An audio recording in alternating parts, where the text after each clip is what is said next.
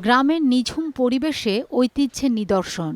গায়ে সুলতানি ও মোঘল আমলের মুসলিম শৈলী দেখে সহজেই বোঝা যায় এটি অনেক প্রাচীন। তবে ঠিক কবে মসজিদটি নির্মাণ হয়েছিল তা সঠিক করে কারো জানা নেই।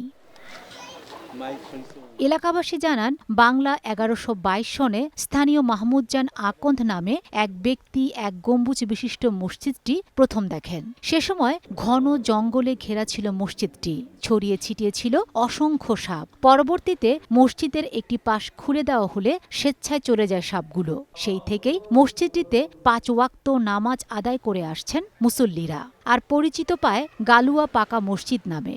অনেকের কাছে এটি জিনের মসজিদ নামেও পরিচিত। এখানে যারা মুরব্বীরা আছে, আমার দাদা বা অন্য কেউ যারা আছে, তাদের মুখে শুনছি যে মসজিদ কে উঠেছে বা কারা করছে সেটা কেউই বলতে পারে না।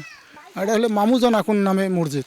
বহুত দূর দিয়ে মানুষ হয় দেখতে, খুলনা বাগেরা সব জায়গায় দিয়ে আয়, এটা মানত করে মসজিদে সবাই, এইভাবেই চলতে আছে। জঙ্গলের আওতাভুক্ত ছিল, তো সেখান থেকে একটা আকাশের চাঁদের মতন ফুটে ওঠা একটা সবাই গায়বী মসজিদ হিসাবে যেটাকে আর কি গণ্য করে। অনুমান করা হয় প্রায় ৩০০ বছরের পুরনো এটা ঐতিহ্যবাহী কালুপাকা মসজিদ। মসজিদটির ইতিহাস, ঐতিহ্য এবং ধর্মীয় তাৎপর্য তুলে ধরে সরকারের কাছে সংস্কারের দাবি জানান সর্বস্তরের মানুষ। দূর দূরান্ত থেকে অনেক মানুষ যে আসে, তারা আসার জন্য আসিয়া কিছু যে থাকবে এরকম ব্যবস্থাও নাই।